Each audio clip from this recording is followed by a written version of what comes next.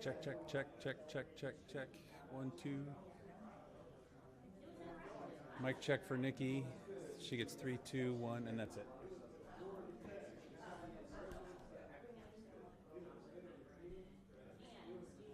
Check, check, check. Mic check, mic check, mic check. Mic check, mic check. Check, check, check, check, check, check. It's a great day for positive momentum in the city of Louisville.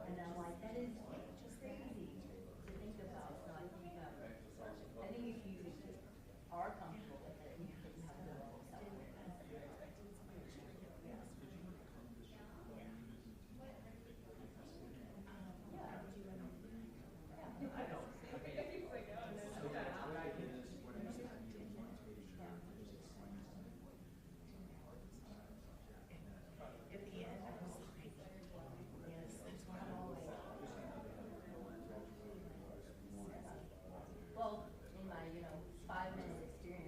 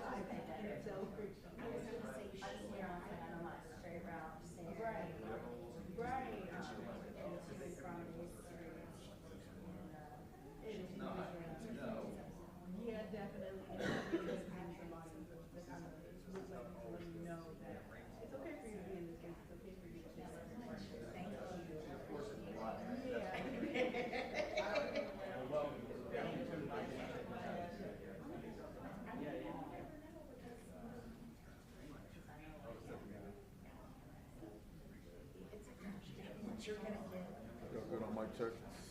Anybody?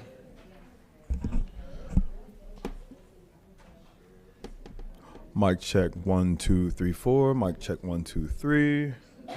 It's Wednesday, March 12th. We're here at the Junior Achievement Center talking about summer jobs. As soon as y'all get y'all's mic check, I'm gonna stop doing mic checks so Ryan doesn't get one because he's not my favorite person. What's up, Ryan?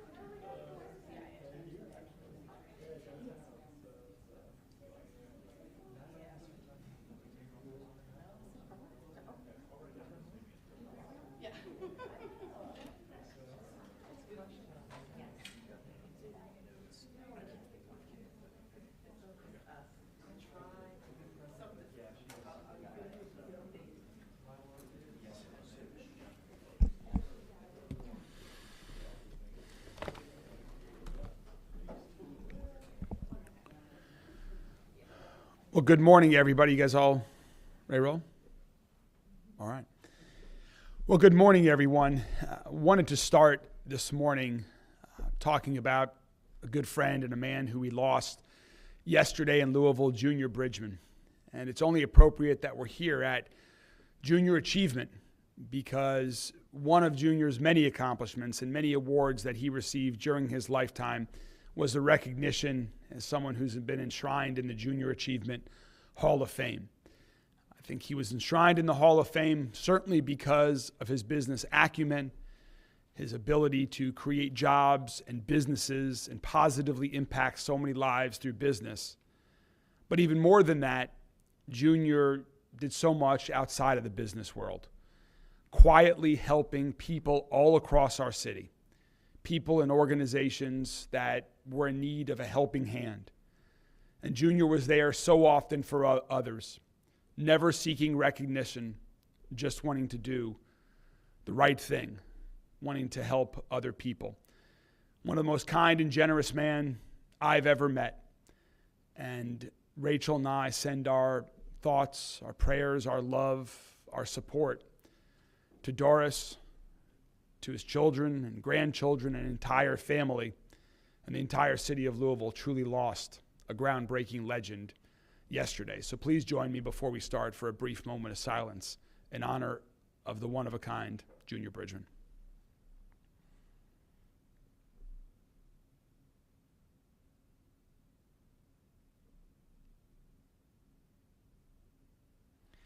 Thank you all very much. And again, it's an honor to be here at Junior Achievement today for that reason, but also because we're able to announce the start of the 15th season of SummerWorks, a program that gets people started into the private sector, into the job world, into the world of creating businesses, just like Junior Bridgman was so successful at creating. SummerWorks started 15 years ago as a pilot program, a small pilot program that a handful of youth across our city were able to participate in. And now it's grown into a citywide effort with employers of all sizes from all industries giving youth opportunities. And I'm proud to share that this year will be better than it's ever been before, thanks to the leadership of Michael Gritton and our colleagues at Kentucky Works, who do an amazing job every year planning, promoting, and implementing the SummerWorks program. This season, participants will have the opportunity to work at Louisville's leading private sector companies like GE Appliances, Humana, Kentucky Kingdom, Kroger, UPS, Norton Healthcare, and more. SummerWorks will also be providing more than 200 jobs at local nonprofit organizations and city agencies. This includes work and learn experiences that give youth a hands-on introduction to careers in technology, entrepreneurship, skilled trades, and more. So if you live in the city and you're between the ages of 16 and 21, or if you know someone who lives in the city and is in between the ages of 16 and 21 that you think would benefit from this amazing experience in the SummerWorks program, please visit summerworks.org to learn more about available jobs and to sign up for the program. You can also get help there creating a resume and signing up for job readiness training. At its core, SummerWorks is all about setting up our city's young people for success.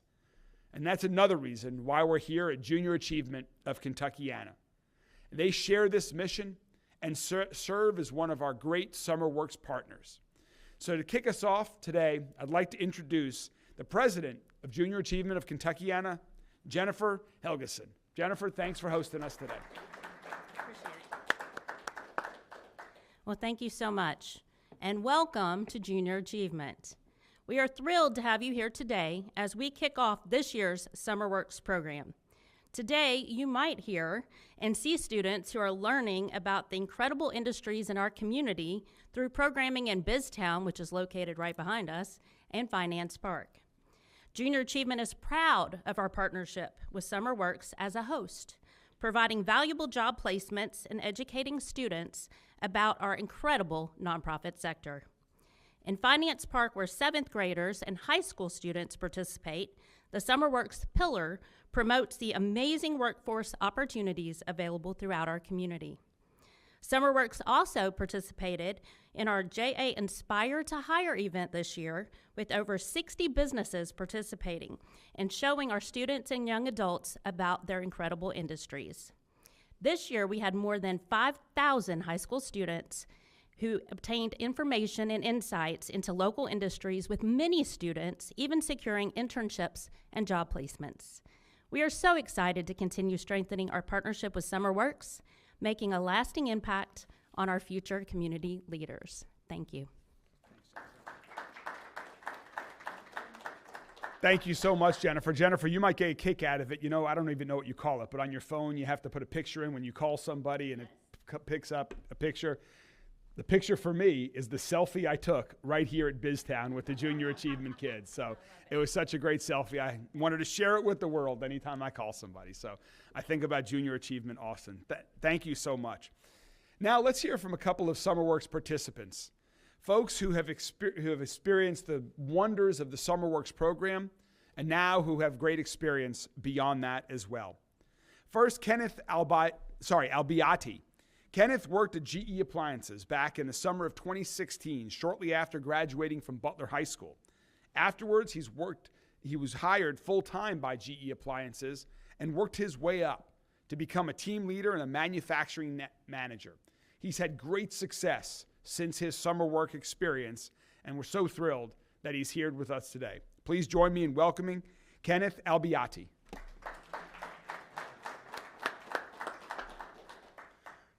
All right, I'd like to start off by thanking Mayor Greenberg and the SummerWorks organization for having me here to be able to speak. So kind of starting off with my experience, I was back in high school back in 2016, which is so long ago. And, you know, I was getting ready for summertime, getting ready to, relax, hang out with my friends, do all the things that you want to do at 18 years old. And my mom came in my room one day and she was like, "Here's this sheet. I need you to sign it. You're going to get a job over the summertime." And I'm like, okay. I did exactly what every 18-year-old would do at that time, and I never even looked at the sheet. She came back in and was like, "Did you sign that sheet?" I was like, all right, I signed it. I'll sign it. So I signed the sheet, and the sheet was to get involved into SummerWorks. So I ended up starting my SummerWorks journey out at GE Appliances. It was the summer of 2016. And at the end of my time there that summer, they actually ended up offering me a full-time role. So I took the full-time role, and I, began my journey as a production worker at GE. Now, shortly after I started my role, I ended up meeting someone who is a great mentor to me today. Her name's Sheila.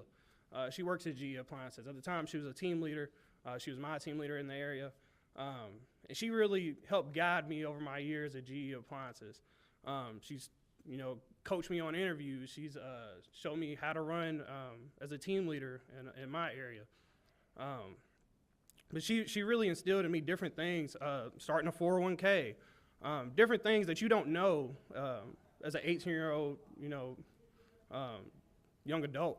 But that type of mentorship, that type of leader that somebody at my age at the time needs would have never have came to me, would have never happened if SummerWorks didn't get involved in my life, if my mom didn't pressure me into doing it. So that's one thing that I'm really thankful for, is that being able to work at somewhere like GE that helps develop me as I move up, or being able to have a mentor like Sheila to help develop me, coach me, and go through these things. SummerWorks, being able to start it young, at a young age, getting that instilled in you at a young age to, go out there and be involved in the workforce, be involved at a big company like GE. It's intimidating at first. It's nervousness at first. You feel like, I'm not gonna fit. I'm not the perfect person for this role. It might be too hard. It might be, too much stress for you. But there's a quote that I always try to live by. It's by Denzel Washington. If you're familiar with Denzel Washington, and the quote goes, "Ease is the biggest threat to progress. than hardship. It's a bigger threat to progress than hardship. So I always try to keep that as a mental note to me to say, hey, you know, the time might be hard now, the time might be rough now, you know, you might feel like you don't know what you're doing right now, but, you know, it's catalyst, it's what's going to get you to that next step. So just keep pursuing, keep going. Parents, pressure your kids into joining SummerWorks. Don't let them get laid back how I was. Don't let them ease in the summer like I was trying to do. But yeah, that's kind of like my experience. Thank you all for having me again. Thank you to Mayor Greenberg and SummerWorks. Yeah. Great job.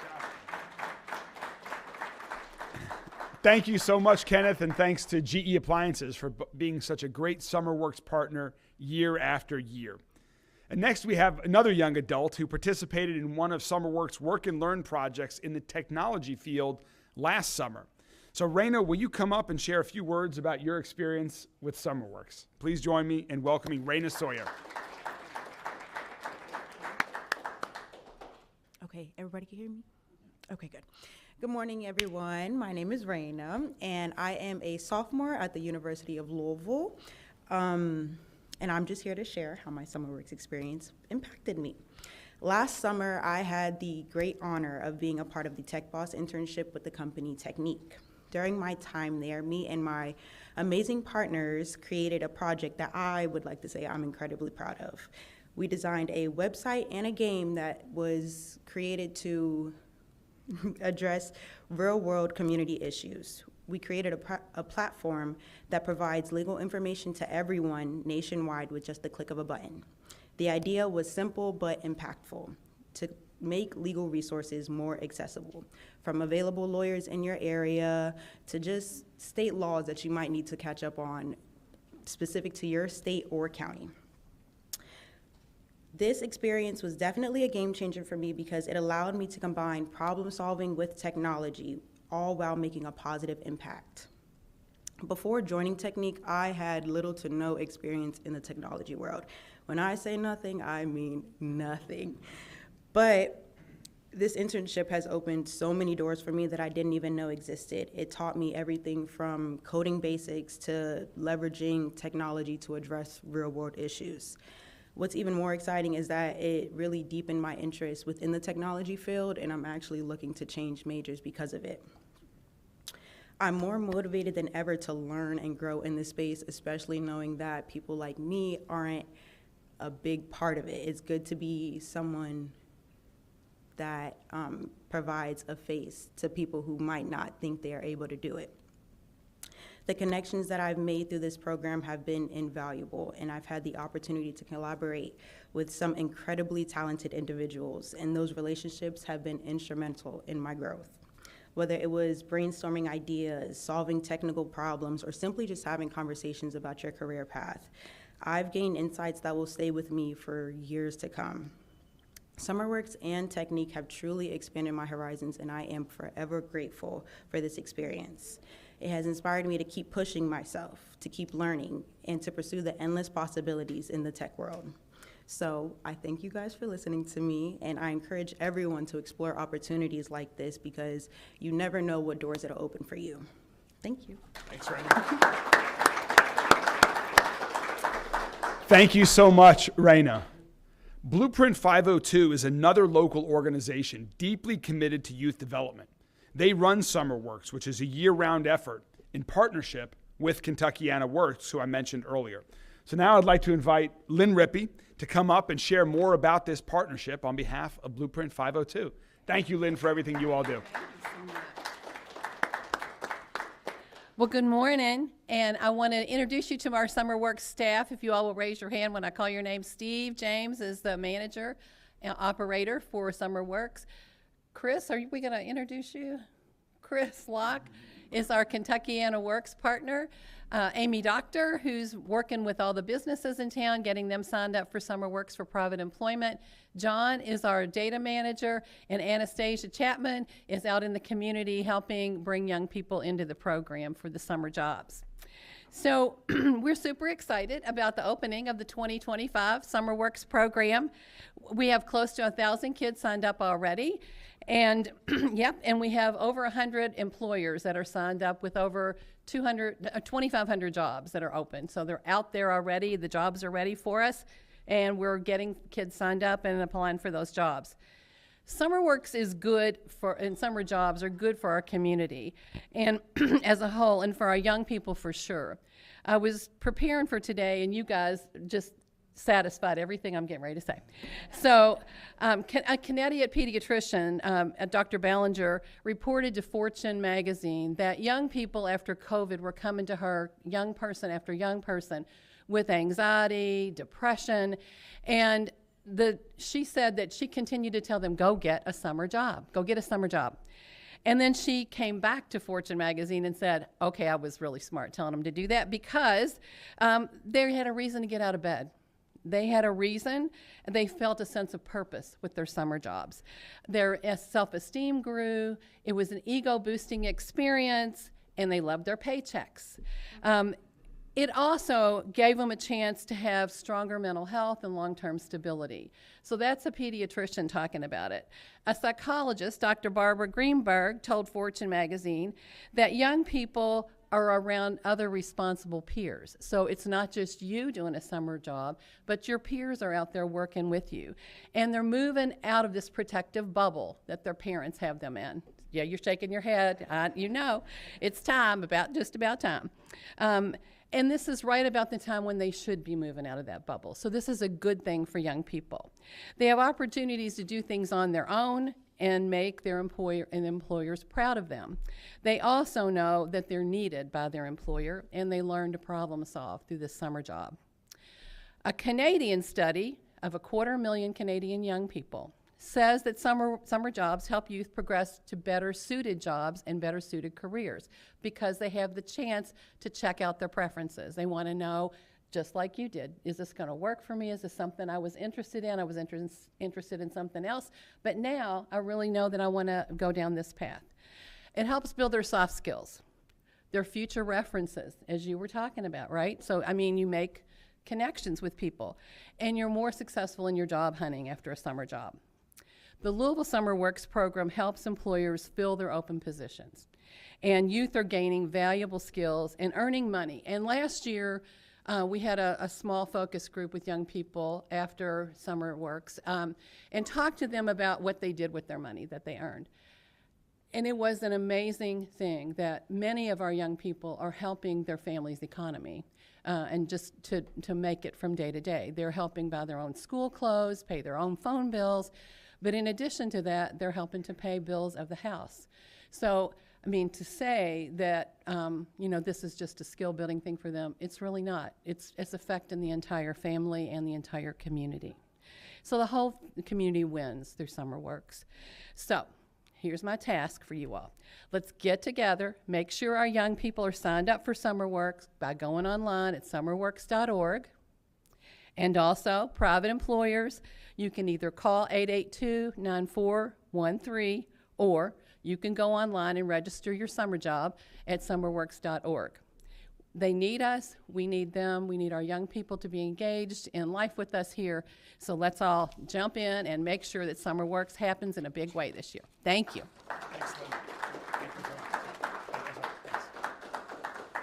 Thank you so much to Lynn, to everyone with Blueprint 502, to the entire SummerWorks team that works year-round to make this program happen. Thank you all so much. I also want to thank SummerWorks funders who make this program happen as well, including the Louisville Metro Council, represented here today by Councilman Ken Herndon. Thank you so much for your support and for joining us. The Jewish Heritage Fund, the Ginkgo Fund, David Jones and Mary Gwynn Wheeler, and J.P. Morgan Chase, whose support over this year and so many other years makes this all possible. And before we get to questions about the program, I want to mention that like SummerWorks, my administration is dedicated to fostering an environment where young people in our city can grow, can learn, can be successful. And so we also recently launched Thrive by 5, a new nonprofit that will ensure that every 3- and 4-year-old Louisville gets free access to quality early learning opportunities. Thrive by 5 just hired its first executive director, and our goal is to begin putting children into early learning classrooms in the next year or two. And by the time they're in high school, they'll be well on their way to being qualified to participate in the SummerWorks program that can then launch them into a successful career. So again, whether you're interested in science or technology, education, construction or skilled trade, social services or businesses, there's something for every young adult between ages 16 and 21 who lives in Louisville. You can get signed up at SummerWorks.org, and employers will be hiring throughout the spring. I'm going to take a quick break, answer any questions you all have about SummerWorks, and then I'm going to go on to a couple of other topics as well. Are there any questions about the SummerWorks program? Yes. Hello, Mayor. It's Crystal here from the production one. Just wanted to ask you, what is the deadline? Is there a deadline for SummerWorks? What was it? What's the deadline? Well, our sponsor program that we have in summer, the cutoff for that would be. Yeah. Why don't you come on up? The question was about what is the deadline to apply. Again, applications are available now at SummerWorks.org. And one of our colleagues here is going to answer the rest of the question about the deadline. Yeah, come speak with Mike. Well, for our sponsor program, it's going to be the first week of June would be the cutoff date because they start their employment with the sponsor sites on the 15th of June.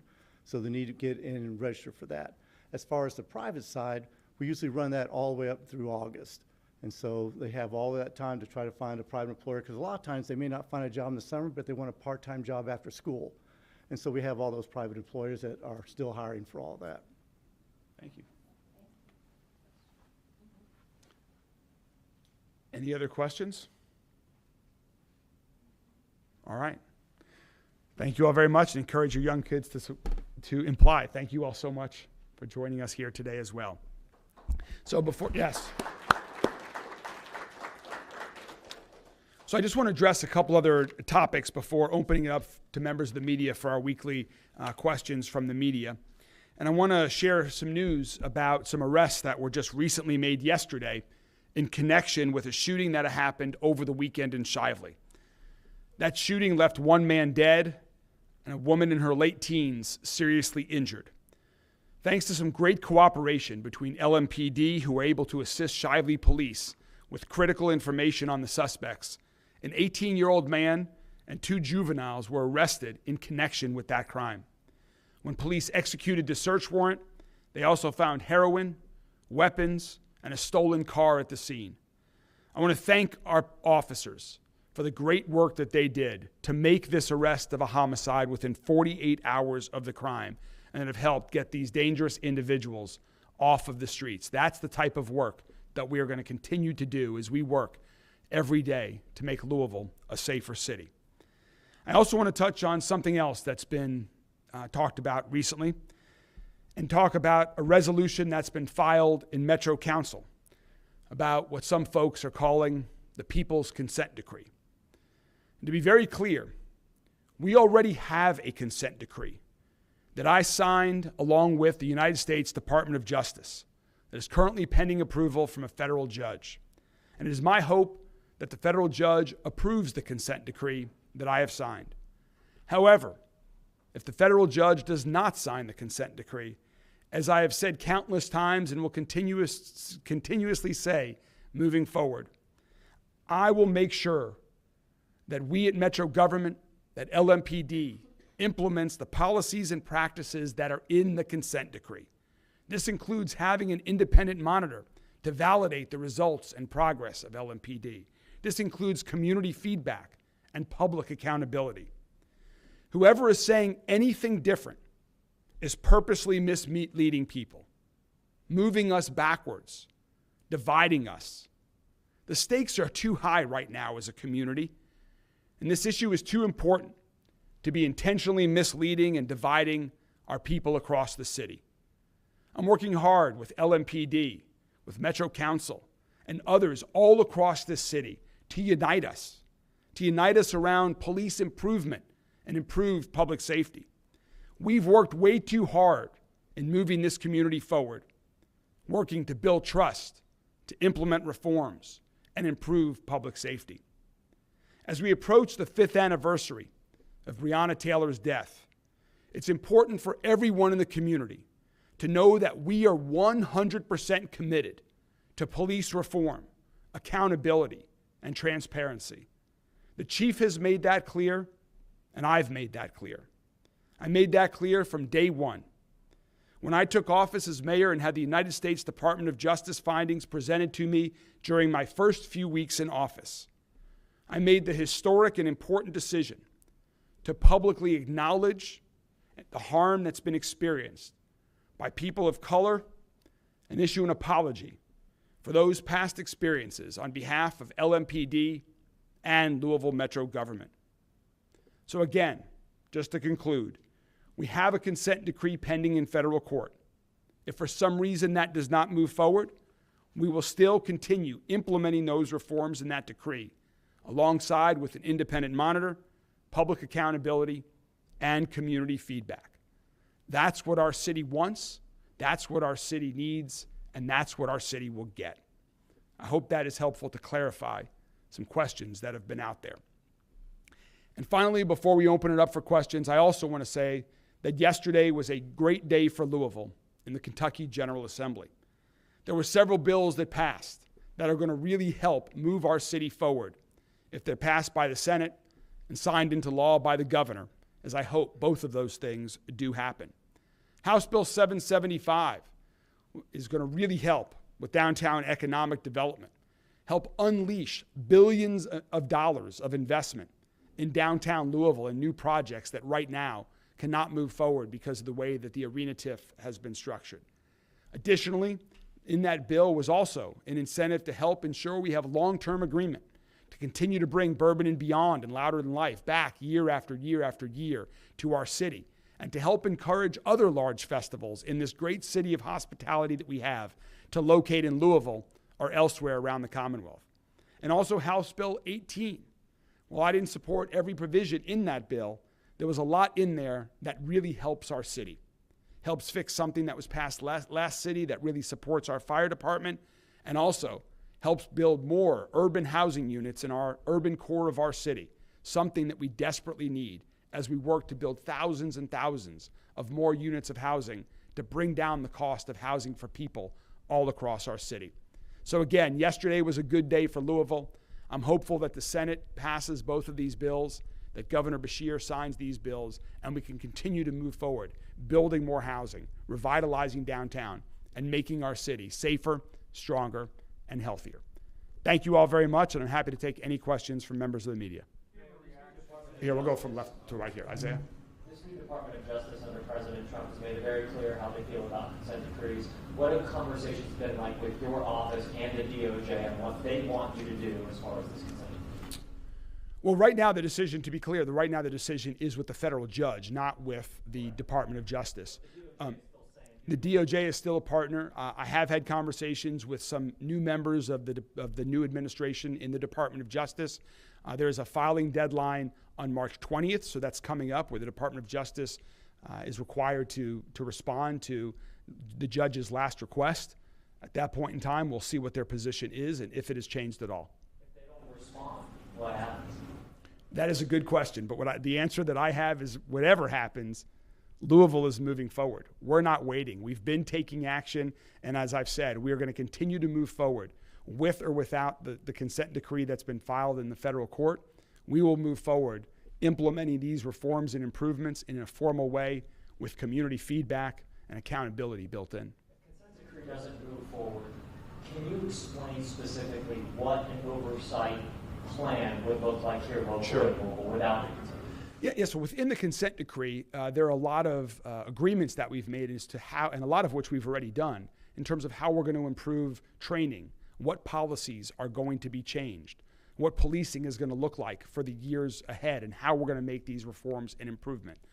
The purpose of the independent monitor is going to be someone who's not with LMPD or the city government that can look at the results and give comfort to the city to say, yes, LMPD is doing these things. LMPD is implementing the reforms and improvements that we want to help improve trust with the community, to strengthen our police department, and also making sure that we continue to improve public safety and reduce violent crime. So having a third party is, in essence, will be an independent validator of the results on the progress that we've committed to make. You're Looking at getting an independent monitor no matter what happens with the consent decree? That's correct. I'm looking at getting an independent monitor regardless of what happens with the consent decree. And on that same note, the NAACP Louisville branch is calling for the city to Inspector General be reappointed. Do you have any comment or response to that? The question was about the NAACP putting out a statement that they are encouraging the reappointment of our Inspector General. I appreciate their input just as I appreciate anyone's input. I'm always listening out there in the community, and I will continue to think about that decision over the coming months. But just to be clear, the Office of Inspector General their role is to respond to civilian complaints that are filed by the community about actions with LMPD. So that is their primary role. What we're talking about here with the consent decree goes well beyond the scope of the Office of Inspector General. And unrelated to everything we've talked about now, can you talk about the Starks building development and the efforts to try to revitalize that and what the city's doing, what you hope can come out of that? Sure. The question was about the Starks building, which is a great historic building located on 4th Street in downtown Louisville. There's been a plan to revitalize and rehabilitate the Starks building for years. There is no one who wants to see the Starks building rehabilitated and hundreds of people living in the Starks building more than me. It's great for downtown. It's great for our city. It would be great for the entire state of Kentucky. When I became mayor, I worked to put $6 million of support for that project available for that project. For lots of different reasons, the project was never able to get the rest of the financing put together for it to happen. I remain committed to looking to ways to help that project, but the ownership and development team of that project needs to have a complete project that they can act on. I believe the city should be supporting projects that with the city's support will happen. So we don't do what we've done for decades in the past, which is allocate money that then sits on the sideline for years and years when it could have gone to support other projects, to create jobs while it's waiting. So we will be there to support the Starks building. The ownership and development group needs to secure the financing for the entire project, and then the city will fill that gap to make sure it can move forward. Follow up to that, if that project does get up off the ground, do you think that could be a Kickstarter to really helping revitalize, get people back downtown, living downtown? So the question is, could that project be a kickstart, a jumpstart to continued activity downtown? Yes, but there are lots of other projects that can and will as well. Thanks to the support in the last session of the Kentucky General Assembly, where they committed $1 billion to our city, including a $100 million investment in downtown Louisville. Some of that $100 million is being used for a new vacant building conversion fund. And we've gotten some wonderful applications to participate in that program, where the city can now help ensure that we convert vacant buildings into housing or other uses that are going to activate downtown. So that will be coming out with announcements on those investments here soon.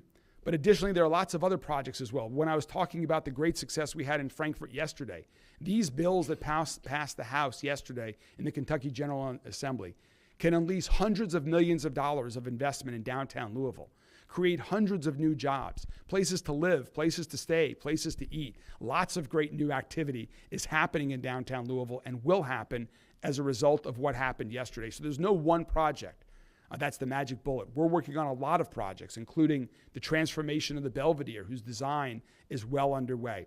Let me just say to all my friends all across the city, if you haven't been downtown recently, come downtown.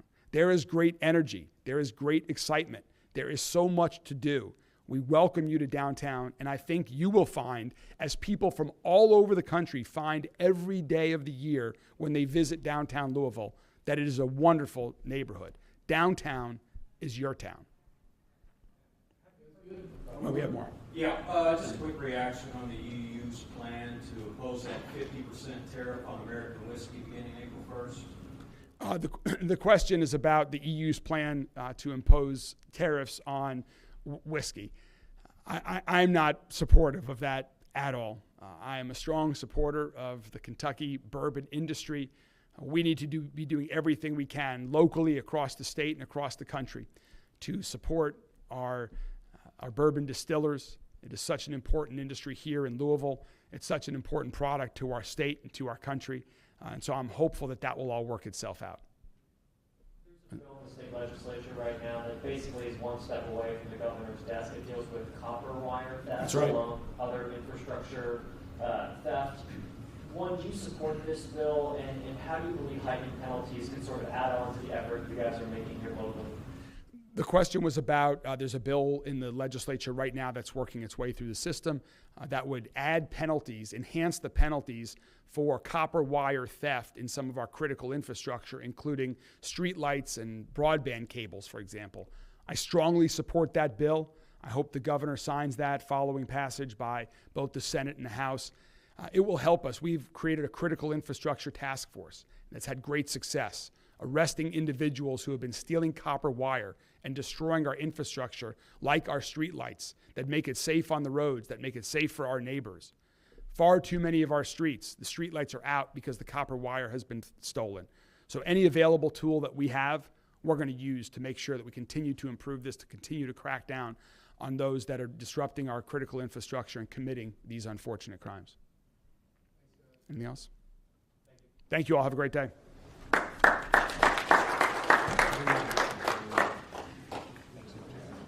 Good to see you. Thank you. Thanks, guys.